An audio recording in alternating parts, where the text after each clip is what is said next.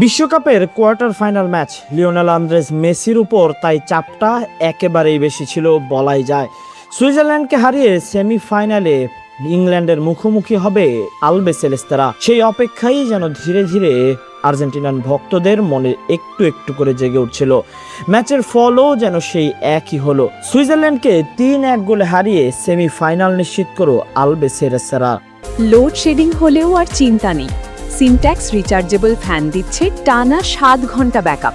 অতিরিক্ত সময়ের লড়াইয়ে এই জয় পায় আর্জেন্টিনা। এই জয়ে টানা দ্বিতীয়বারের মতো বিশ্বকাপের সেমিফাইনালে উঠেছে ডিফেন্ডিং চ্যাম্পিয়নরা। ম্যাচের শুরুতেই 11 মিনিটে গোল করেন অ্যালেক্সিস ম্যাকালিস্টার। লিওনেল মেসির কর্নার থেকে দারুণ হেডারে বল জালে জড়ান তিনি। এই লিড নিয়েই প্রথমার্ধ শেষ করে আর্জেন্টিনা। দ্বিতীয়ার্ধেও দাপট ধরে রাখে তারা, তবে একটা সময় যেন রক্ষণাত্মক খেলা শুরু করে আর্জেন্টিনা। এই সুযোগে আক্রমণের ধার বাড়ায় সুইজারল্যান্ড। একের পর এক ফ্রি কিক ও কর্নার আদায় করে নিতে থাকেন তারা।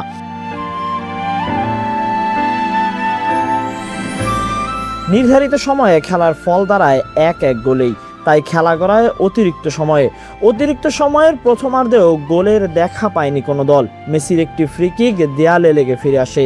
এভাবেই শেষ হয় প্রথমার্ধ। তবে দ্বিতীয়ার্ধেই অবশেষে সেই কাঙ্ক্ষিত মুহূর্ত আসে। 112 মিনিটে বক্সের বাইরে থেকে দারুণ এক শটে গোল করেন গোল না পাওয়া হুলিয়ান আলভারেজ। পুরো টুর্নামেন্টে নিস্তব্ধ থাকা এই ফরওয়ার্ডের গোলে মূল্যবান লিড পায় আর্জেন্টিনা। শেষ দিকে ব্যবধান আরও একটি বাড়ায় আর্জেন্টিনা। আক্রমণ থেকে থিয়াগো আলমাদার শট ঠেকিয়ে দেন সুইস গোলরক্ষক, তবে সেই গোলেই গোল করেন লাউতারো মার্তিনেজ। তাতেই 3-1 ব্যবধানে নিশ্চিত হয়ে যায় আর্জেন্টিনার জয়। শেষ বাঁশি বাজতেই আনুষ্ঠানিকভাবে সেমিফাইনাল নিশ্চিত হয় লিওনেল মেসির দলের।